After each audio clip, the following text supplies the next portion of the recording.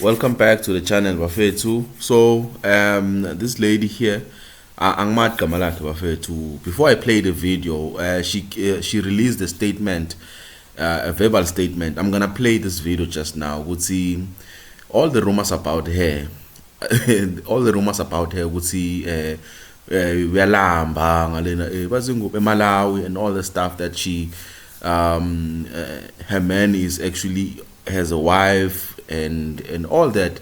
She's updating us today here on the video and saying I'm living my best life here in Malawi. Gonge right, yabo, nothing is going wrong.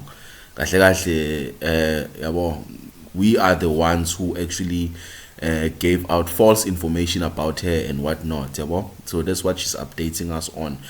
Everything is okay. So let me not waste time and just let me play the video so that you can see or hear for yourself what she actually had to say. Molweni ke ma South Africans. Nina niyazithanda indaba. Nina ninime kanje ngoku, kanje. Yabona uyibone umodla inyama yakho, uyidle icike, nime kanje. One ndiposta nithi nifune imali kwathini. Akho mali endiyicele kuni. Right nomuntu wami apho nikhona, siyavana? Futhi mangathiwa ndifuna ukuhamba nansi nje indoda yami eca kwami. Bingeke izinike imali ukuthi nibuye emva. Bingeke izinike imali nithethe izitori ezohlukeneyo ukuthi undishiyile, abanye uphinde kumama umntwana. Akekho umama umntwana uphi kudala abahlukana. Khona mina ngoku. Ndimo khona ke ngondimangqingqiza wakhe, siyavana?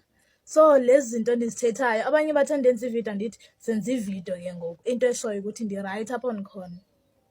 Right. So nina ningazixaki. Ndithi nitheni ni clean country. Qhubekani ke ni clean country thina simdedele ni country yenu nje. So ke ngoku intoni lingaka? Intoni lingaka? Ayibo. Ey, ondithathele i-passport. Ondithathele i-passport. Guys, andiwelanga ngwenyango ukuza apha mina. Siyavana?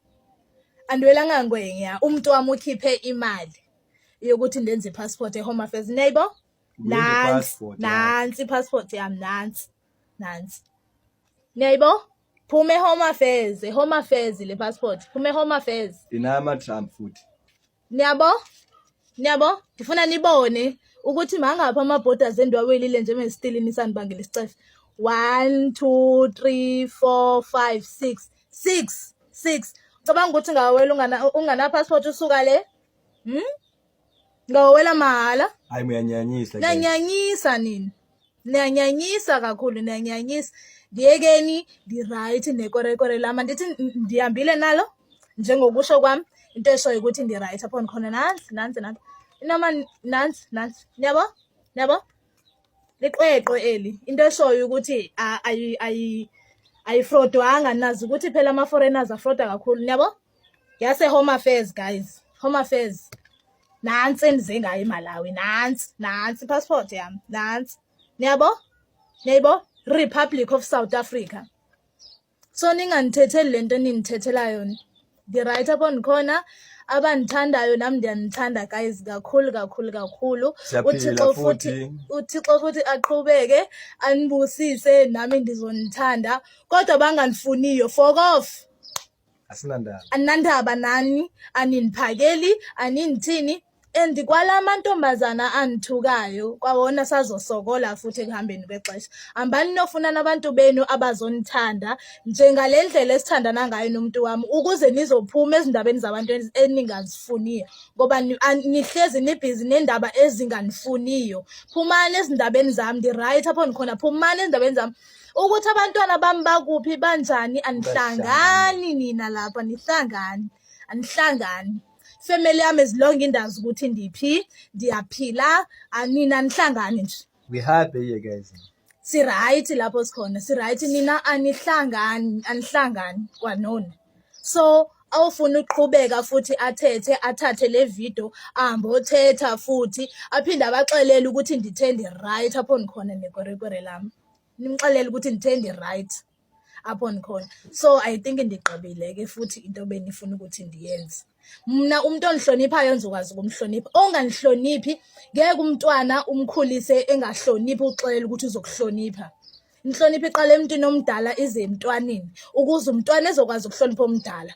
Omdala ahloniphe omncane. Nithi nizonihlonipha kanjani banika nihloniphi? Ngizonihlonipha kanjani banika nihloniphi? And nala madoda nisaphinda futhi vele akanasiphatho. Ukuba bekuthiwa nesiphatho bengeke ndwelela amabhoda u6 ndishiya amadoda lapho kanti nesiphatho. Into eshoyo ukuthi ndihambe ngenhloso njengoko futhi and into okumele niyikhumbule ukuthi apha eSouth Africa kusekhaya. Mase nifuna ukubuya ndizobuya andizuva ngani ngale ndlela le ngigibele ngayo ibhasi ndazofika lapha almost 2 weeks ndisemgaqweni ndisazoyenza futhi ukuphinde ekhaya. I think ikoba right ngoba sasigibela into esingayazi kodwa I think ngizobe mase niphinda futhi okwesibini ndizohamba naye futhi ubhebi sobe sesi right. Savana sobe sesi right ndizobuya futhi naye. Ndizobuya naye akazi uzofela lapha andizanga kuzofela lapha mase sifuna ke South Africa sizoya eSouth Africa asizuva ngani. Yekani kuthandazwa izindaba zabantu thina siyaphila lapha na. Umuntu wamsheya ipiki lapha na ukuthi ufazi wami ngoma wami. Uyamazi before afike lapha na. So please leave us alone. Siyathandana lapha na as you can see, you know. Mase siyabuya lapha na ngeke sicele imali kwanina. Sizozama sizoza ngale sizophinde eSouth Africa ngale ndlela esize ngayo la. Ile sizophinda ngayo eSouth Africa mase lesifuna ukuphinda. Okay, Malawi ifethu mafati ngosusa ku Tundwa South Africa mina kuyankhulila ukuthi tikufunika transport kunoko tikufunika ndrama makuti kunoko ifeyo tili bwino tipanga alhamdulillah tinaenda bwino tinafika bwino kunosantha atandira unomena fotokozera ini ndiribe nyumba of course ndiribe ntchito ndiribe nkazi kumano by the grace alhamdulillah we surviving and mulungu ramayanga oneso kwina kuti zikhala bwanji. Thank you so much. Yani injalo ke zithandwa kwabanithandayo injalo. So laba abanganifuniyo baphinde futhi baspread. Dabanika ichance ngale video ukuthi niphinde niqhubeke nispread kakhulu ngale ndlela nangaqala niphinde nispread le video nispread anandaba guys. Yabona inhliziyo yami mina ngisho neyenja incane. Ngisho neyenja incinci. Nina ningazixeleli futhi ukuthi lento eniyenza apha eSouth Africa yenziwa kuyo yonke indawo. Akho umuntu ondibiza ngekwerekwere apha, akho umuntu ungitshela ukuthi mandihambe apha, akho umuntu undiphatha kankubi. Akho umuntu uyambuza even passport. Ngene home affairs niphume ngale, ngene police station niphume ngale. Into eshoyo ukuthi ndi right guys apho nikhona. Ndi right. Ningazenzi futhi ngathi kwalapha eSouth Africa ni rich nonke. Nirichi nonke kusekhona abahlala emjondolo kusekhona abahlala ezindlini zodaka nizenze ngathi ni rich nonke. Into eshoyo ukuthi if bekuthiwa kulomfana ndifuna imali ngaba unishiye pha eSouth Africa ngoba imali bendiyazi ukuthi usuke apha ezweni lakhe ngoba uyozama impilo engcono kuphi eSouth Africa fanele unishiye pha yana ngoba ndiyayazi ukuthi vele apha usuke esafa vele ezama impilo engcono ngafanele ndihleli pha kwabe kuthiwa ndifuna imali kuye andilandela imali but ukumthanda. Kumele niyazi le nto ukuhlukanisa phakathi komuntu omthandela imali uhlukanise phakathi kokuthanda umuntu ngoba umthanda ngokweqiniso. Ngokuthi nina nilazi uthando lweqiniso that is why nihlezi nigcwele imali apha enhloko. Into ehlezi igcwele apha kuni imali apha enhloko ukuthi umuntu xa uthandana nomfana umvulela amathanga kumele uchola imali. Andiyona ke mina leyo nhlobo kulomfana Savana, andiyona lo nhlobo ndimthanda kweqiniso. Kwabe kuthiwa ndimthanda kweqiniso afanele undishiye pha ekhaya.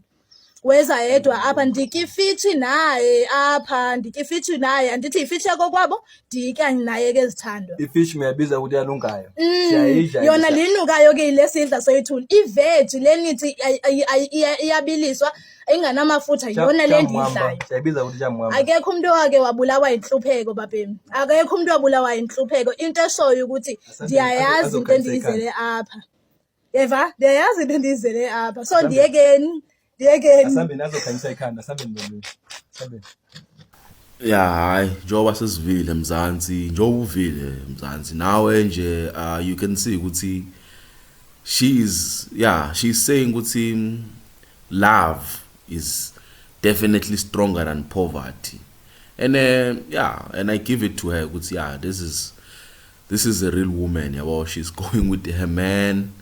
Yeah, well, despite the fact ukuthi the country is not Malawi is not doing okay. Even if we're talking about monetary value, their currency is extremely weak.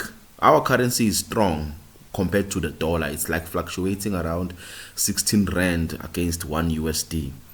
So when you compare their currency with ours, I forgot the exchange rates, but it's their currency is not doing well. Our 1 rand there could be like I forgot their currency, but it's a lot when you compare it to South African currency.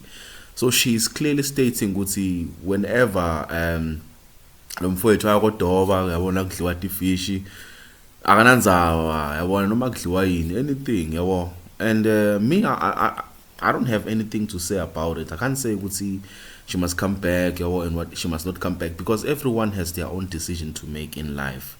Mara she is admitting to the fact ukuthi kona impilo ayizimnanzi, but I came here because I love my man. Apparently this is the father of her children. So what I would say would be just leave me a comment of it. Just leave me a comment, or let's just have a discussion in the comment section.